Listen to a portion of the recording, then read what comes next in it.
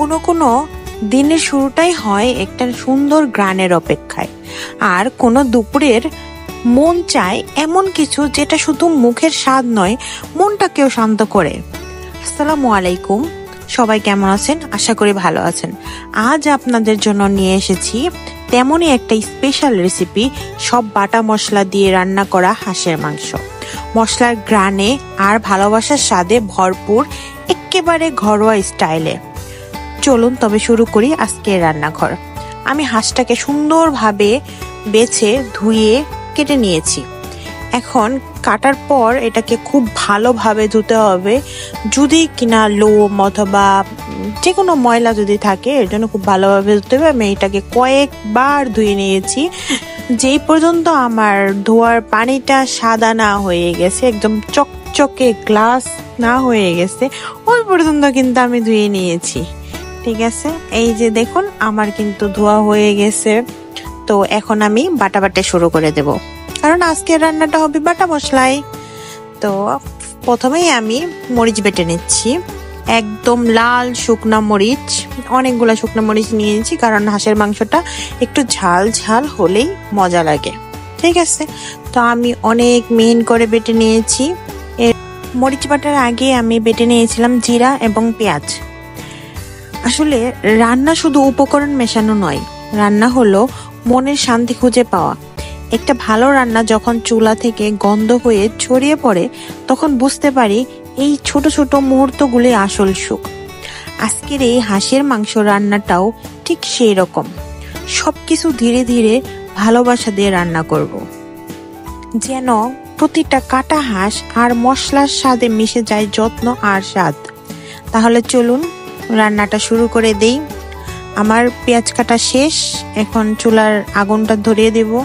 দেন প্যানটা বসিয়ে দিয়ে প্যানটা গরম করে এখানে আমি পেঁয়াজ কুচি, যতগুলো পেঁয়াজ কেটেছিলাম সবগুলোই দিয়ে দিয়েছি। পেঁয়াজগুলোকে ভালোভাবে আমি ভেজে নিব। ভেজে নিয়ে চলে আসছি। দেন এখানে দিয়ে দেব লং, এলাচ, দারচিনি আর তেজপাতা। তো দিয়ে দিলাম, এরপরে একটু নাড়াচাড়া করে আর একটু ভেজে নেব। ভেজে নিয়ে দেন এখানে দিয়ে দিব 3 চা চামচ আদা বাটা, এখানে আদা এবং রসুন মিক্স করা। দেন আমি যে মশলাগুলো বেটে রেখেছিলাম, মরিচ, পেঁয়াজ বাটা আর জিরার বাটা, এগুলাকে দিয়ে আমি এটাকে ভালোভাবে কষিয়ে নেব। এটা মেশানোর জন্য একটুখানি পানি দিয়ে দিয়েছি, যাতে এটা ভালোভাবে মিশে যায়। দেন এখানে আমি গুঁড়া মশলাগুলো দিয়ে দিব, ধনিয়া গুঁড়া, হলুদ গুঁড়া, আর দিয়ে দিব মানে স্বাদ মতো লবণ, এবং দিয়ে দিব মশলার গুঁড়া। দিয়ে ভালোভাবে এটাকে কষিয়ে নেব। আমি এখানে 2 থেকে 3 বার পানি দিয়ে দিয়ে কষিয়ে নিয়েছি, কারণ মশলা কষা আর মাংস কষা এই দুইটা যত ভালোভাবে কষাবেন, মাংসের স্বাদটা তত গুণে বেড়ে যাবে। এই তো আমার কষানো শেষ। দেন আমি দিয়ে দিলাম মাংসগুলো দিয়ে ভালোভাবে এটাকে মিক্স করে। দেন আমি কোনো পানি দিইনি, কিন্তু আমি মশলা দেওয়া শেষ। দেন আমি এটাকে ঢেকে দিব, ভালোভাবে মিশিয়ে ঢেকে দিয়েছিলাম। দেখেন পানি এতটা উঠছে যে আমার এই পানি দিয়ে আমার মাংসটা কষানো হয়ে যাবে, আমার এক্সট্রা কোনো পানি দিতে হবে না। আমি কয়েকবার এটাকে ঢাকনা খুলে খুলে নেড়ে তারপর রান্না করে নিতেছি।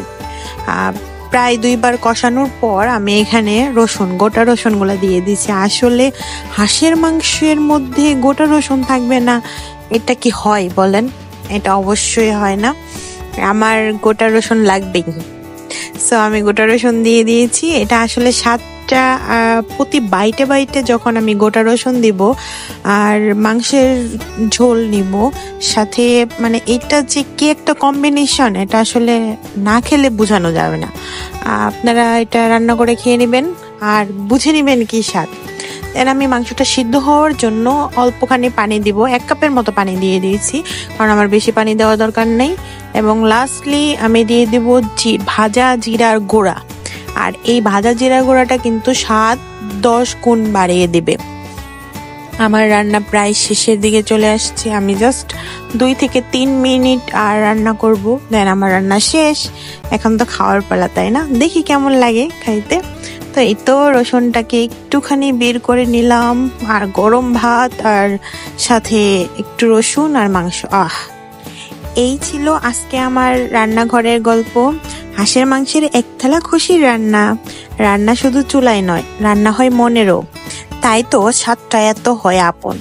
ভিডিওটা ভালো লাগলে লাইক, কমেন্ট এন্ড শেয়ার করবেন। সাথে সাবস্ক্রাইব করতে ভুলবেন না কিন্তু।